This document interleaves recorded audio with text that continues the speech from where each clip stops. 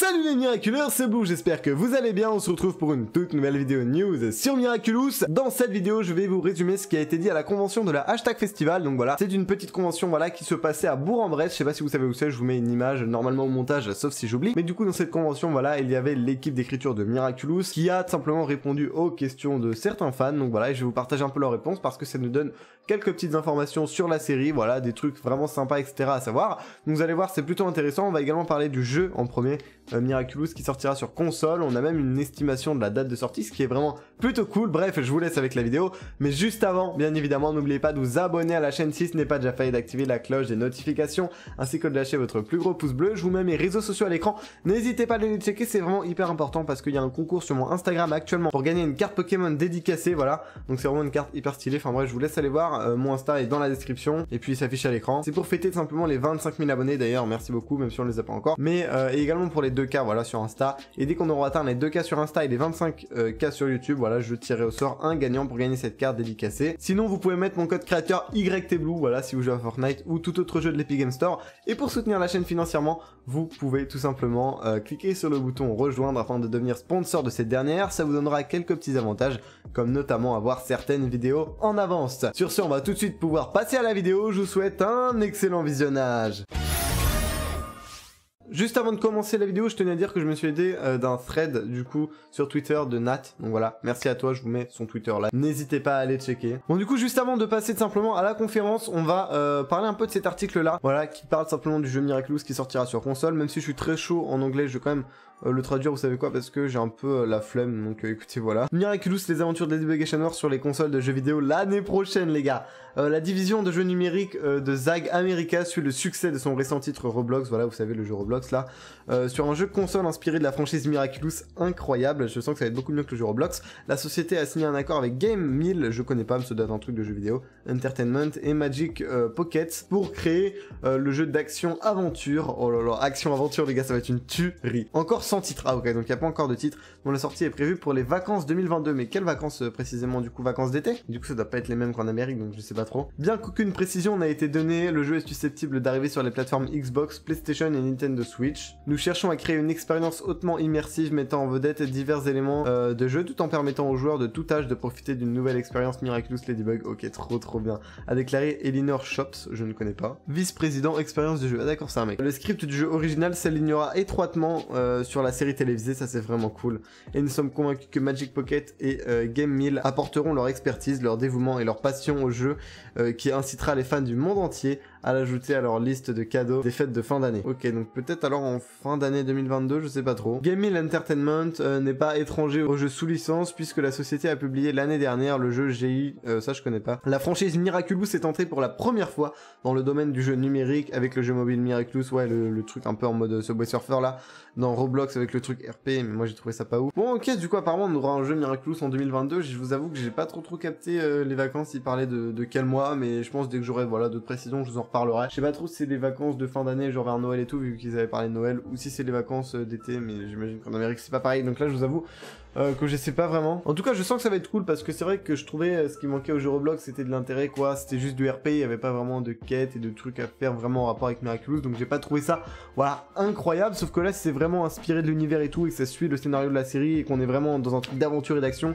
Je pense vraiment que ça pourrait être une tuerie et que ça va être trop bien. En tout cas j'ai trop hâte de tester ça, je vous en ferai un let's play sur la chaîne, ça c'est clairement sûr. Donc écoutez voilà, affaire à suivre. Bon sinon maintenant on va un peu parler de la conférence, voilà je me suis fait un petit document pour pouvoir vous résumer un peu tout ce qui avait été dit. Déjà on a eu simplement la raison de pourquoi les épisodes Gabriel Agreste et Psychomédien ont mis autant de temps à venir.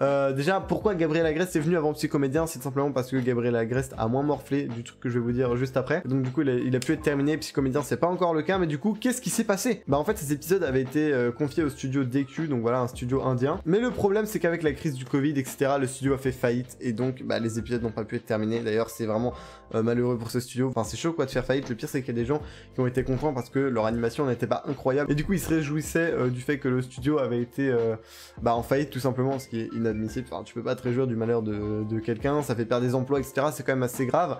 Donc bon voilà c'est chaud, en espérant que DQ arrive à s'en remettre, je sais pas trop comment ça va se passer et en espérant également que nos épisodes l'épisode quoi puisse être prêt, enfin Psychomédien du coup, parce que Gabriel Agreste on l'a déjà, mais du coup voilà pourquoi ils ont été retardés, c'est chaud. Et du coup c'est pas trop grave pour Psychomédien, parce que cet épisode n'était pas hyper important dans la chronologie, même si dedans normalement on est censé avoir quand même la réaction du Papillombre et de Chat Noir au nouveau costume de Ladybug ainsi que au Magical Charm, enfin du coup pour Chat Noir, parce que Papillombre ne les voit pas du coup jusqu'à Queen Banana. Mais le truc c'est que quand même Gabriel Agreste était un épisode hyper important pour la chronologie, donc ça a été assez problématique, du coup parce qu'il a été retardé, et également parce que du coup il va être diffusé après Chère Famille et Éphémère, donc un peu problématique. Sinon un petit fait divers, voilà, sur l'épisode Gabriel Agreste, l'équipe aurait voulu pouvoir avoir la cuisine du manoir de la famille Agreste, voilà, apparemment ce sera un lieu très important, on verra bien, mais ils n'ont pas pu l'avoir pour l'épisode de Gabriel Agreste, ils l'auront pour la saison 5 parce que vous savez qu'ils sont limités niveau décor, modèle 3D, etc. parce que ça coûte extrêmement cher, et du coup malheureusement ils ont un peu le seum,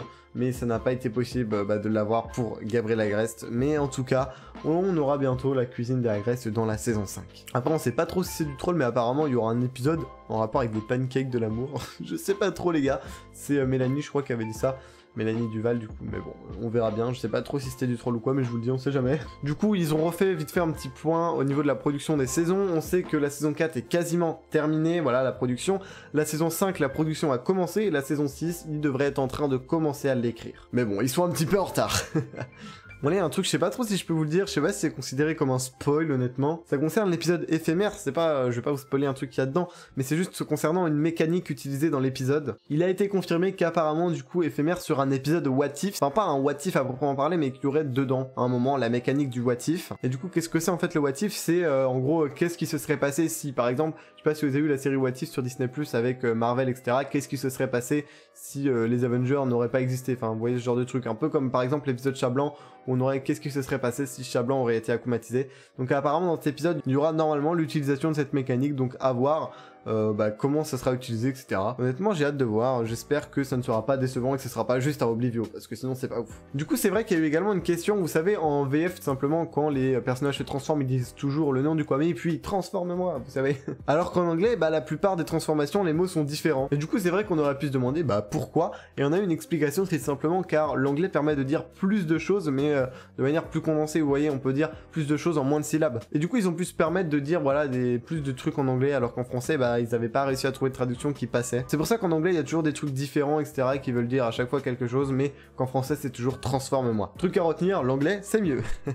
Ils ont également souligné un point comme quoi ils avaient un manque de temps concernant les épisodes parce qu'ils devaient absolument faire des épisodes de 22 minutes et du coup parfois ils devaient se censurer, voilà, raccourcir des moments, raccourcir des scènes émotionnelles etc, couper des scènes parce qu'ils doivent toujours se tenir à ce format. Je pense que vous l'avez aussi remarqué d'ailleurs pour le spécial New York, voilà, ils devaient faire un truc de 52 minutes alors que leur script il aurait clairement pu faire un film voilà de 1h30 2h. Donc vous vous doutez bien que sur 1h30 2h à 52 minutes ils ont coupé pas mal de trucs. On a pu le regarder notamment avec Madame Mendeleïev, voilà, on commençait à nous amorcer un truc comme quoi voilà, elle était un peu triste par rapport aux élèves, etc. Finalement, ça n'a pas été du tout développé, même concernant du coup Mademoiselle Bustier et son bébé, enfin bref. Voilà, l'épisode était un peu speedé sur certains aspects. Et du coup, ils ont également dit que c'était possible que peut-être dans la saison 5, certains épisodes durent un petit peu plus de 22 minutes. Ah oui, et Thomas Struck mettra peut-être les animatiques des scènes coupées sur Twitter, donc peut-être qu'on saura un peu qu'est-ce qui a été coupé, ça serait vraiment sympa. Ensuite, ils ont parlé un peu de Chat Blanc, donc déjà c'était l'épisode qui leur a pris le plus de temps à écrire, il me semble que c'était environ 2 ans. Ils avaient fait une première version, mais qui n'avait pas été acceptée par les chaînes de télé. Ils ont ensuite refait une, qui cette fois avait été simplement acceptée par les chaînes de télé, mais le problème de cette version, c'est qu'elle se basait, vous voyez, sur le point de vue de la Ladybug qui avait été tuée par Chat Blanc. Alors que nous, dans le Chat Blanc qu'on a vu, on se basait plus sur la Ladybug, voilà, du présent qui a tout simplement sauvé le monde. Alors que eux, ils sont vraiment restés, voilà, sur la Ladybug qui a été tuée par Chat Blanc, celle qui a vécu l'idylle avec Adrien avant, etc. Et du coup, en fait, à la fin de l'épisode, on avait l'impression que la Ladybug qui restait, donc celle du passé, vous voyez, celle que dans notre Chat Blanc on a suivi, et ben dans leur version précédente, c'était elle qu'on ne suivait pas et qu'on retrouvait à la fin. Et du coup, ça donnait l'impression que la Ladybug qu'on suivait était morte et que on se retrouvait avec une Ladybug fantôme. Je sais pas si vous comprenez ce que je veux dire, mais en gros, on avait l'impression de se retrouver avec une Ladybug qui n'était pas celle habituelle. Et du coup, ça donnait une impression un peu bizarre en voyant l'épisode. Ils ont trouvé ça vraiment trop dramatique. Et du coup, ils ont décidé de le refaire, de le réécrire pour simplement avoir une fin un peu plus heureuse, et ça a été vraiment très compliqué avec cet épisode pour eux de nous trouver une fin qui soit un petit peu heureuse. Un petit fait divers, voilà, le premier script de l'épisode Sentibuleur durait 1 heure, donc voilà encore une fois exemple de comment ça doit être chiant pour pouvoir raccourcir les épisodes et que ça fasse 22 minutes. Il y a aussi un truc que beaucoup de fans se sont demandé, voilà, dans l'épisode Lady Wifi qui date un petit peu, pourquoi Lady Wifi, quand elle avait accroché Ladybug au mur, au lieu de simplement d'essayer d'enlever son masque, elle a pas directement enlevé ses boucles d'oreilles, voilà, elle aurait découvert son identité et gagné. Du coup ils se sont expliqués un petit peu là-dessus. Déjà ces épisodes, voilà, au début ont été utilisés pour que l'on puisse comprendre, voilà, les règles des Miraculous, comme par exemple le fait qu'on ne puisse pas enlever les masques car ils sont magiques, et ça a même permis du coup à l'équipe d'écriture un peu de développer ces règles, de les mettre en place, etc. Et en fait le but d'Alia c'était de découvrir l'identité de Ladybug, et finalement bah instinctivement quand tu veux découvrir l'identité de quelqu'un qui est caché sous un masque, bah tu enlèves le masque, et du coup en fait elle a enlevé le masque, elle a pas pensé enlever les boucles d'oreilles car ça c'est le but de Papillombre et non pas de Alia du coup. Et finalement pourquoi bah Papillombre ne lui a pas dit bah enlève les boucles d'oreilles, et bah ça ils ont dit qu'on aurait une réponse dans le début de la saison 5, j'ai trop hâte de savoir. Maintenant ils sont en train de discuter concernant l'avenir de la série ainsi que la place de Thomas Truc dans cette dernière. Ils ne savent pas s'ils veulent partir, vous voyez, sur un truc un peu multidimensionnel comme par exemple l'univers Marvel, etc.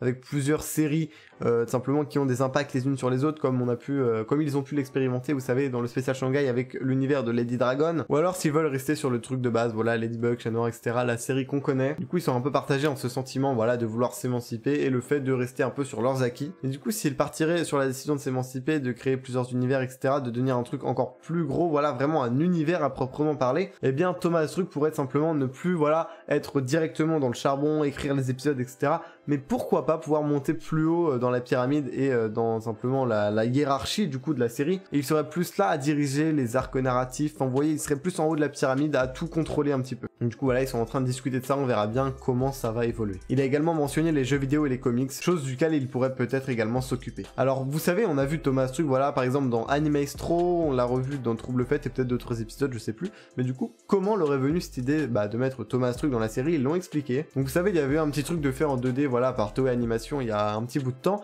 et en fait ils voulaient, voilà, l'utiliser dans la série parce qu'ils trouvaient ça dommage de ne pas s'en servir, et du coup ils ont décidé de dire dans la série, voilà, qu'il y avait un film qui avait été fait sur Ladybug et Chat Noir avec ça, voilà, on a pu en entendre parler dans Animaestro et également dans Simplificator, et du coup bah pour ce film il fallait un réalisateur, et c'est là que tout le monde à la table s'est tourné vers Thomas Truc, parce que voilà, c'est le réalisateur de la série, et donc bah voilà, c'était Thomas Truc. Voilà, dernier petit fait, Thomas Truc va aux sessions d'enregistrement de doublage pour guider les comédiens, voilà, sur l'émotion qu'il faut mettre, pour leur expliquer clairement la scène afin qu'ils puissent jouer au mieux. Donc voilà, je pense avoir assez bien résumé cette conférence, peut-être que j'ai oublié 2-3 détails, voilà, je vous ai dit normalement les choses principales. Encore une fois, si cette vidéo vous a plu, voilà, n'oubliez pas le pouce bleu, de la partager, etc. Enfin bref, je veux pas trop te dire, je l'ai déjà dit en début de vidéo. Sur ce, c'était Blue, moi je vous dis à la prochaine pour de nouvelles vidéos, à plus.